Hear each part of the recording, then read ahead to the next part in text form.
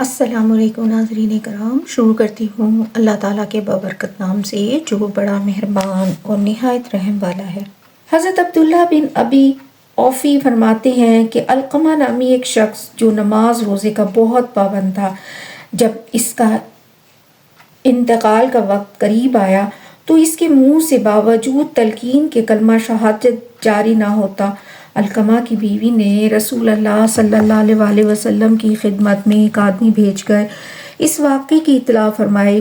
آپ صلی اللہ علیہ وسلم نے دریافت فرمایا کہ علقمہ کے والدین زندہ ہیں یا نہیں۔ معلوم ہوا کہ صرف والدہ زندہ ہیں اور وہ علقمہ سے ناراض ہیں۔ آپ صلی اللہ علیہ وسلم نے علقمہ کی ماں کو اطلاع کروائی کہ میں تم سے ملاقات کرنا چاہتا ہوں، تم میرے پاس آتی ہو یا میں تمہارے پاس آؤں؟ علقمہ کی والدہ نے عرض کی، میرے ماں باپ آپ صلی اللہ علیہ وسلم پر فدا ہوں، میں آپ صلی اللہ علیہ وسلم کو تکلیف دینا نہیں چاہتی بلکہ میں خود ہی حاضر ہوتی ہوں۔ چنانچہ بڑھیا حضور صلی اللہ علیہ وسلم کی خدمت میں حاضر ہوئی۔ آپ صلی اللہ علیہ وسلم نے علقمہ کے متعلق کچھ دریافت فرمایا تو اس نے کہا، علقمہ نہایت نیک آدمی ہے، لیکن وہ اپنی بیوی کے مقابلے میں ہمیشہ میری نافرمانی کرتا ہے، اس لیے میں اس سے ناراض ہوں۔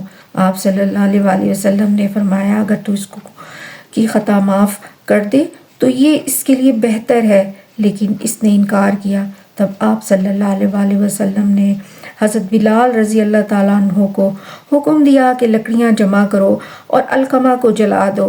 بڑھیا یہ سن کر گھبرائی اور اس نے حیرت سے دریافت کیا، کیا میرے بچے کو آگ میں جلایا جائے گا؟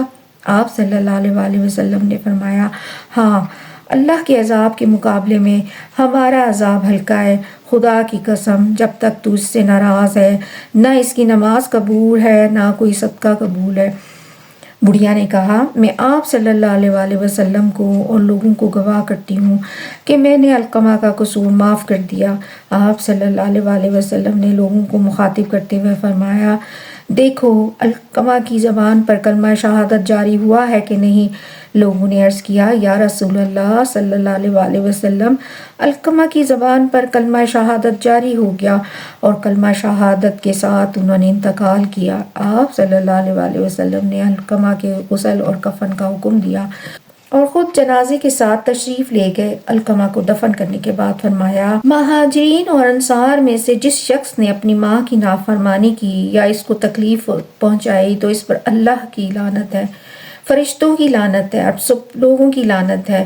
خدا تعالیٰ نہ اس کا فرض قبول کرتا ہے نہ نفل، یہاں تک کہ وہ اللہ سے توبہ کرے اور اپنی ماں کے ساتھ نیکی کرے اور جس طرح ممکن ہو اس کو راضی کرے۔ اس کی رضا ماں کی رضامندی پر موقوف ہے اور خدا تعالیٰ کا غصہ اس کے غصے میں پوشیدہ ہے۔ ایک تابعی ایک قبیلے سے ہو کر گزرا، وہاں ایک قبرستان میں دیکھا کہ عصر کے وقت ایک قبر شق ہوئی اور اس میں سے ایک آدمی نکلا جس کا سر گدھے کے سر جیسا تھا اور بدن آدمی کا سا۔ اس نے قبر سے نکل کر 3 دفعہ گدھے کی مکروہ آواز نکالی اور پھر قبر میں گھس گیا اور قبر بند ہو گئی۔ انہوں نے اس شخص کی عورت سے سارا حال دریافت کیا تو اس نے بتایا کہ یہ شخص شراب بہت پیتا تھا اور جب اس کی ماں اسے شراب پینے سے روکتی تو اس سے کہتا کہ کیوں گدھے کی طرح ڈھیچو ڈھیچو کرتی ہو۔ ایک دن عصر کے وقت اس کا انتقال ہو گیا۔ اب ہر روز عصر کے وقت اس کی قبر شق ہوتی ہے اور خود گدھے کی طرح ڈھیچو ڈھیچو کرتا ہے۔ اس حقائق سے معلوم ہوا کہ والدہ کو زد و کوب کرنے سے انسان کا موت کے بعد بہت برا حال ہوگا، اس لیے والدین کی نافرمانی سے توبہ کر لینی چاہیے۔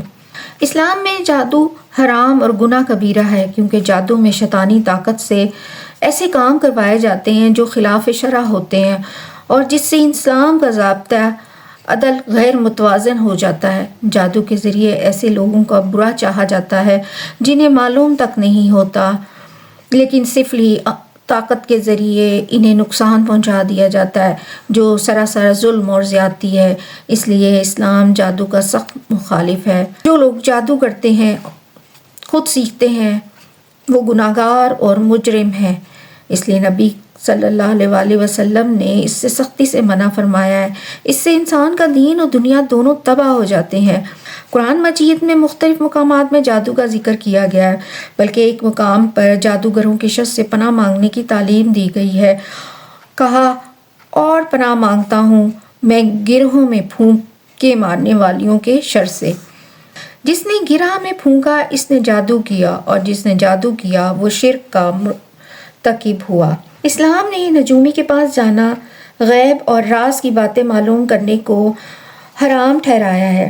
اسی طرح جادو سیکھنے یا جادوگر کے پاس کسی مرض کے علاج یا کسی حل کے لیے جانا بھی حرام ہے۔ رسول اللہ صلی اللہ علیہ وآلہ وسلم نے اس سے اپنی برات ظاہر کرتے ہوئے فرمایا، وہ شخص ہم میں سے نہیں جو برا شگون لے یا اس لیے برا شگون لیا جائے جس کے لیے کہانت کی جائے، یا جو جادو کرے یا جادو کرائے۔